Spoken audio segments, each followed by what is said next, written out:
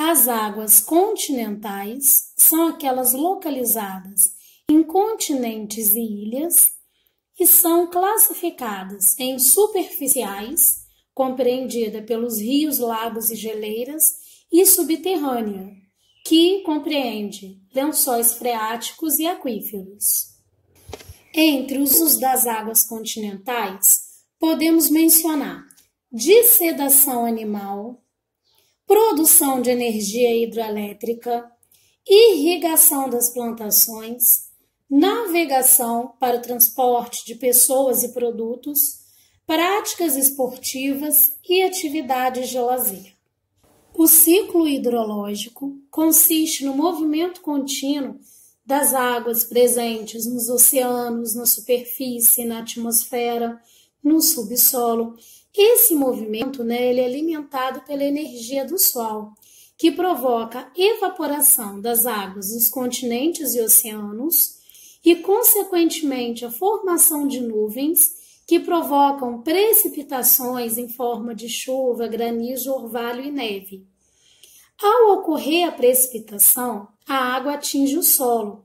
Parte dela escoa, vai para as partes mais baixas, alimentando os rios, e uma parte infiltra no solo, alimentando o lençol freático.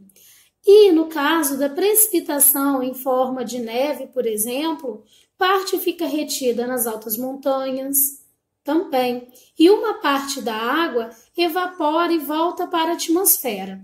Então, a quantidade de água no nosso planeta é sempre a mesma, porque o ciclo da água é fechado.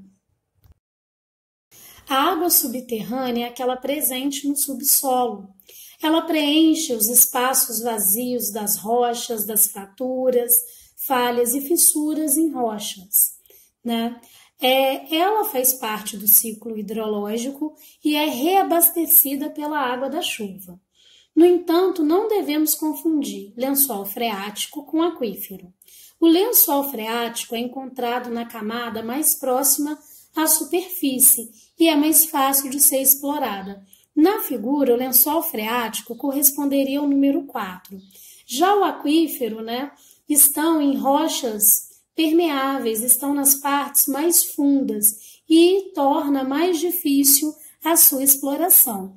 Na figura, os números 5 e 6 representariam aquíferos, sendo o 5 um aquífero confinado, cercado de rochas na parte inferior e superior, e o 6 seria um aquífero livre, que só tem rochas na sua parte inferior.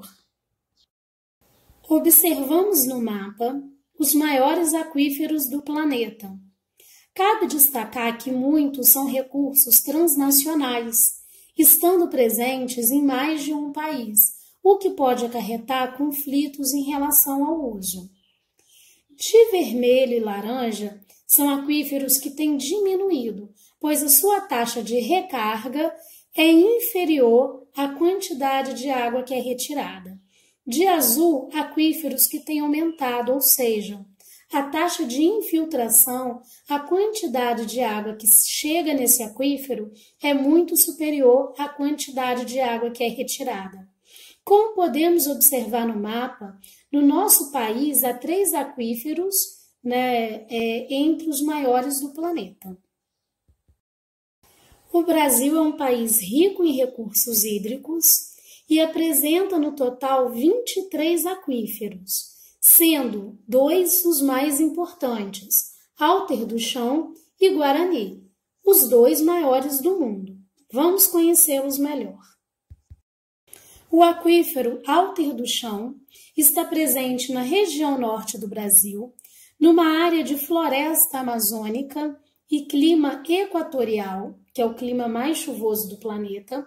Então, a taxa de recarga desse aquífero é muito elevada, pela quantidade de chuvas para reabastecê-lo. Ele está presente nos estados de Amazonas, Amapá e Pará. É um aquífero exclusivamente brasileiro. Ele não é o maior em extensão, mas é o maior em volume de água.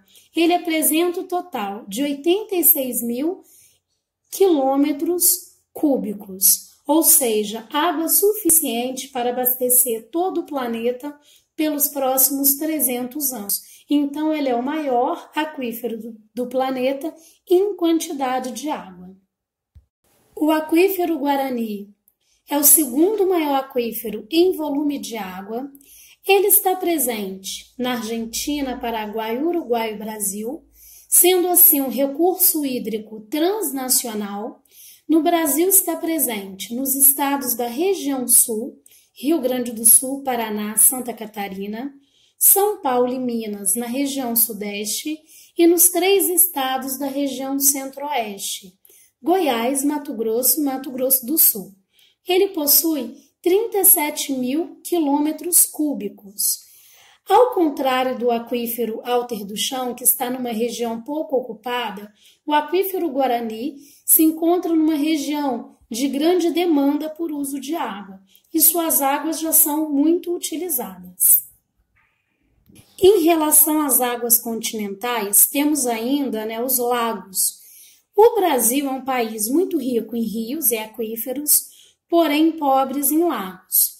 Esses se formam a partir do preenchimento das depressões por água corrente e são classificados de acordo com a formação da depressão, de acordo com a origem da depressão.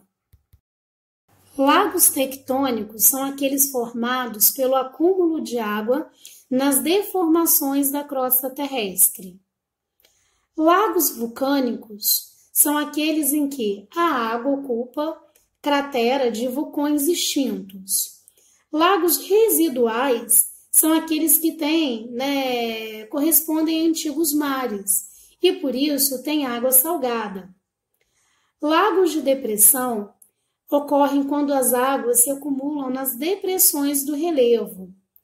Lagos glaciais são aqueles que se formam a partir do degelo de glaciares, E os lagos também podem ser classificados como lagos de origem mista, quando eles são formados pela combinação de diversos fatores.